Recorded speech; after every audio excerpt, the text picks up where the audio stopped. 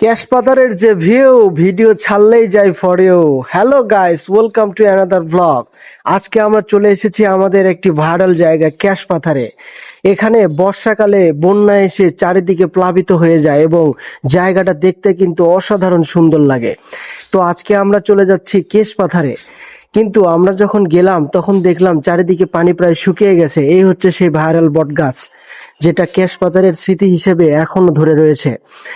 আসলে আমরা যখন গিয়েছিলাম তখন দেখি পানি চারিদিকে একদম শুকিয়ে গেছে, কিন্তু আমরা নৌকায় উঠতে পারিনি।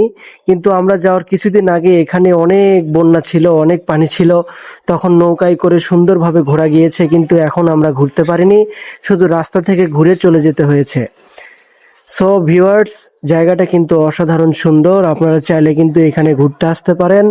জায়গাটা অনেক সুন্দর, এখানের প্রকৃতিটা জাস্ট ওয়াও, চাইলে